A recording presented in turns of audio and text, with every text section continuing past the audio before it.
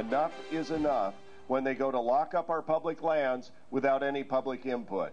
Approval or public... Representative Greg Walden speaking to Southern Oregonians today as he says he opposes the plans for a national monument in our region. But the congressman says he wants voters to decide what to do with those public lands. Good evening, I'm Ashley Hall. And I'm Brian Morton.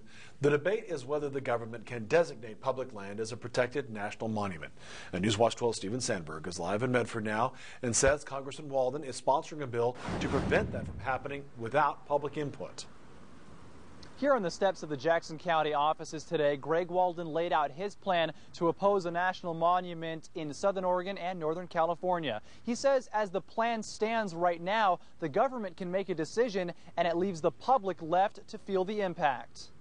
Greg Walden says proposing a national monument isn't as simple as deciding which land to protect. He says it has a domino effect on the public that leads to people out of work. I, for one, am sick and tired of people losing their jobs, mills being closed, and the government continuing on as if all this helped the economy. And it doesn't. It's hurting the economy. It's hurting the people's ability to come back. Monday, Walden announced he is co-sponsoring a bill to prevent the government from declaring a national monument without the public's input.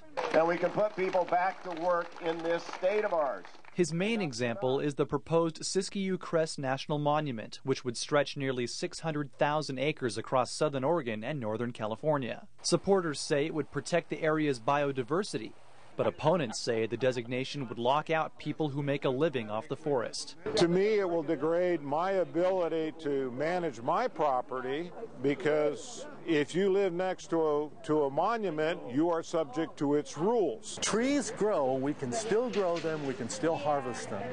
If you don't harvest them, you have bugs, you have fire, and you have a lot of problems that just seem to take over. Walden's bill would prevent the use of the Antiquities Act, which gives the president power to protect areas of historical significance. Now they're just randomly using it to get around any public process to lock up any swath of land that they want. But he says the people need to have a say in how land is used. They've lived through it before. They've been told the lie before. Oh, no, we're not going to do this. Oh, we're not going to lock this stuff. Oh, and then it happens, and then we're all stuck with the wreckage afterwards.